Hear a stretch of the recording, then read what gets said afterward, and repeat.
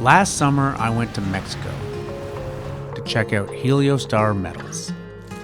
Since that time, the share price has absolutely taken off. When I learned Heliostar's recently appointed chairman, James Perry, was in town, I reached out to meet him in person. James. Jamie. James Perry. Thanks for meeting me today. Yeah, pleased to see you. What a fantastic day for it. Yeah, hard to beat Vancouver this time of year when you get a few sunny days. What brought you to Heliostar? When did you join? Why are you here? Yeah, how it all came about. So I came on board, pardon the pun, on the 1st of December. So there was part of a succession plan. My predecessor was retiring and there was an opening on the board.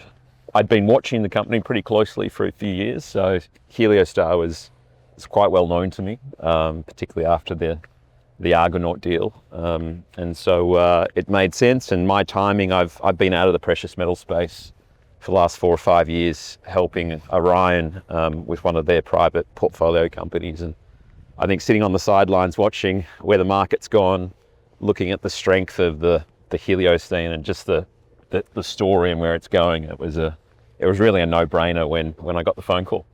Did you start your career in precious metals? I didn't actually.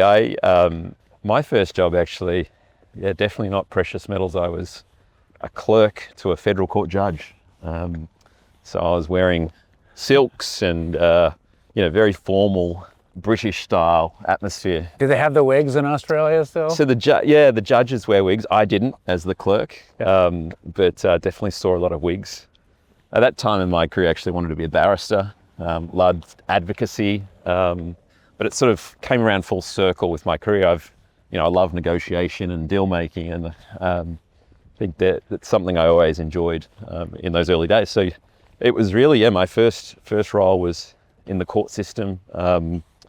Was very interested in international law in those days, and that took me to East Africa. Okay. So I was working at the Rwandan Genocide Tribunal. Oh, wow. Of all places, in Tanzania. And I think through that experience, I sort of developed a pretty unique understanding of political history of that part of the world, and Congo, Uganda, Kenya.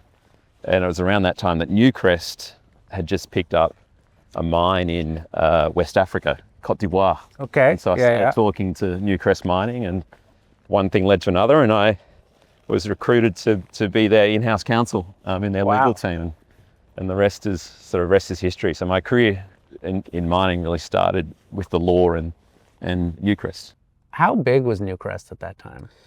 So from a market cap perspective, north of 10 billion, and on a good day with commodity price around 15 billion Aussie. So a major company.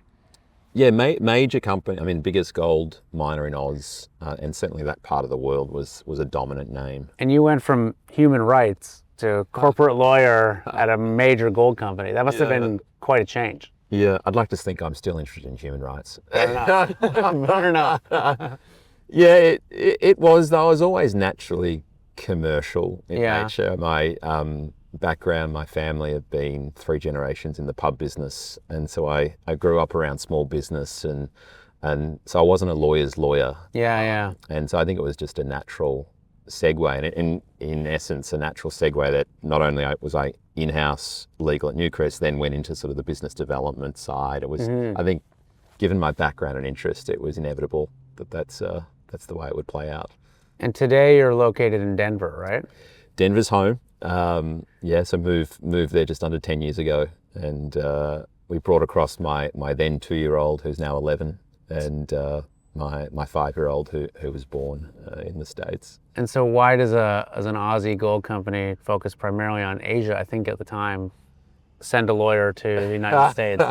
It's a really good question. We should maybe read the memoirs of a few of the executives involved in that decision. I think of careers, timing is everything. And firstly, perhaps just at a strategic level, Newcrest made a very deliberate decision that it wanted to diversify away from APAC, and the Americas was the region that they chose to be focused on. I think my skill set, sort of the legal side, business development side, being trusted, having been there for a number of years, being a trusted quantity, just made sense to move me from head office and lead some of that new country entry and those early deals. And it was an amazing time.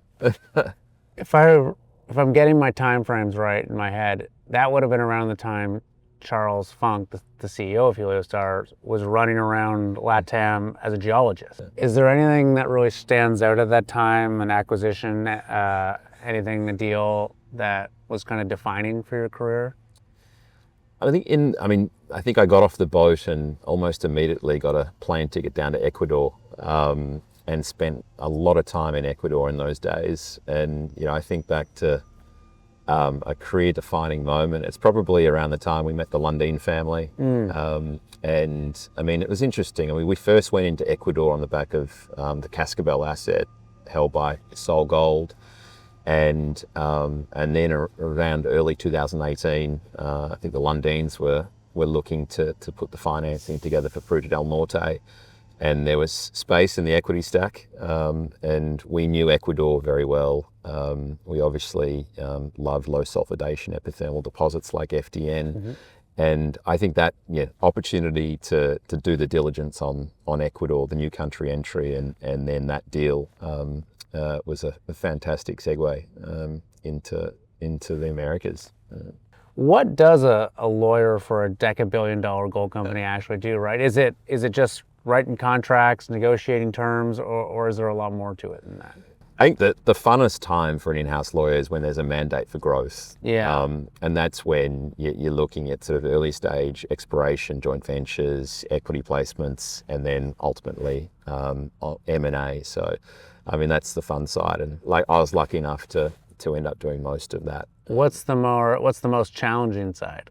Most challenging side, and I think back to those days when we could only put $1,450 gold in the model. Yeah. And that it's the ability in a competitive market when you've got peers looking at the exact same assets. What is that unique angle that you have above and beyond being the lowest cost of capital or overpaying for an asset? And I think it's the hardest, but also the most enjoyable, because you've got to look at things from a unique lens. Is it a technical opportunity you see, or an exploration upside that your competitors don't? So I always found that challenging, particularly in a large company when there's constraints around IRR and commodity price. And I mean, thinking commodity price in those days versus where we are now is just... It's night and day. Night and day. Yeah. I think one of the challenges for larger companies is how you get the balance right between appropriate practices, procedures, governance, and then being nimble and entrepreneurial, right, and moving quickly. I think that's something I've always enjoyed the challenge of. What I find really interesting with where Heliostar is at is in this next juncture is, how do we remain entrepreneurial, nimble, but also how do we have fit for purpose governance in place? To make sure, preserve the incredible value that's been created over the last couple of years. 100%. And that's where I think my background is going to be useful, and both from just a general legal background, but also knowledge of LATAM and all the sort of pockets of traps that can come our way. Now, you do have a day job. You are the president of Sweetwater Royalties, an Orion mine finance portfolio company. Indeed. Orion, for those not familiar with that, is a multi-billion-dollar private equity fund focused on mining and metals. This is a really interesting company. Can you tell us about Sweetwater? Indeed. Yeah, no, it was during COVID, Jamie. So we were all in our basements growing beards, and I was at that stage very happily at Newcrest, and got the phone call from Orion. They just picked up a phenomenal asset base. So Occidental oil and gas company were looking to get rid of a non-core asset, predominantly in Wyoming. And so they lent in. It was the middle of COVID, when others were not looking at acquisitions, and they acquired a 4.5 million mineral acres, almost 1 million surface acres, and I've been helping run that for the last 5 years. And I think that makes Sweetwater and Orion one of the biggest landowners in the United States because of that, right? It does indeed. So we're, It's an old railway corridor. Do I have that right? you got that right. Okay, You know your history. There we go. You know your history. It actually dates back to the late 1800s. Okay. So Abraham Lincoln was looking to incentivize development of the transcontinental railway across the western US. And so, the land was opened up to the UP, Union Pacific. And to this day, it's been sold off in pieces along the way. But it's largely intact. And you got this monster tract of land. Okay, why is that worth anything beyond the land value? How does it make money? Yeah, great question. So the cornerstone asset is the Trona royalties. Yeah. And so Trona, which is processed into soda ash, goes into glass manufacturing. And so that's something you never think about. You never think about it, but it's around us. It's sort of it's the soda ash is the about the 10th most consumed industrial ingredient. I could get up on my soapbox about this, but I will not on this interview. But the metals and mining industry grossly ignores the industrial minerals industry and does not appreciate the massive size and scale and profitability that often exists there. So I find it really interesting what you're doing. And the scale of these mines. I mean, I'm used to in a gold mine goes for more than 10 years. You're jumping for joy. And these Trona mines will be they go forever, right? Hundreds and hundreds of years. So I've really enjoyed the last 5 years, and even beyond the Trona piece. I mean, we've done a number of wind and solar deals on the renewable energy side.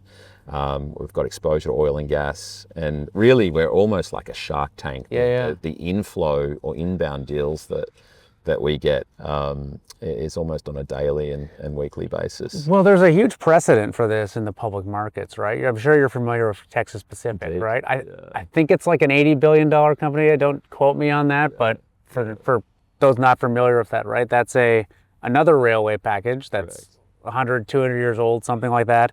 And it's been listed for a while, and it was kind of ho-humming along, and then fracking came along, and all of a sudden turns out it was full of oil and gas. And you got it. Yeah. You know, it's an $80 billion company or a decabillion-dollar company whose job, as far as I can see, just is to exist and make money. And Correct. It's maybe one of the best businesses in the world. With a really, really small overhead. Yeah. And this and the annuity continues. So Texas Pacific is in the Permian. Yeah. And in some respects where the Trona, the equivalent. Are we going to see you guys list in the not so distant future so we can all buy some shares? Look, I think Orion are the masters of optionality. Fair enough. All cards are on the table, and they'll make their own decisions in due course. But it's a really exciting business. That said, I mean, watching from the sidelines where the precious metal market has gone, I'm really enjoying being back on the board of Heliostar and back in the game. So why? Okay, so you've had a great career in precious metals previously. Very cool job working with Orion. Why? I think why gold is a very obvious question right now, but why Heliostar and why now? Yeah. The key thing for me when I was learning first around the Helio story is, effectively, how often do you come across a group of assets where you've got the development asset that's effectively going to be paid for by the ancillary production? And so as we move forward to 2028 with Ana Paula, bringing Ana Paula into production with little or no dilution for shareholders is just a phenomenal story. Yeah.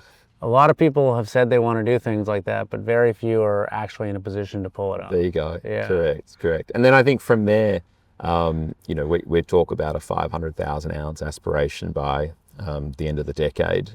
We'll get to 300,000 just through the organic base that we have, and then opportunistically, if something comes along, we'll be in a really good position to strike. And I think for me, longer term, and as a board member, the time horizon for me is not 6 months or 12 months. I'm thinking over a 36-month or longer time horizon. And once you get into that plus $1 billion market cap, domain. And it's getting close. And it's getting very close, almost by the day.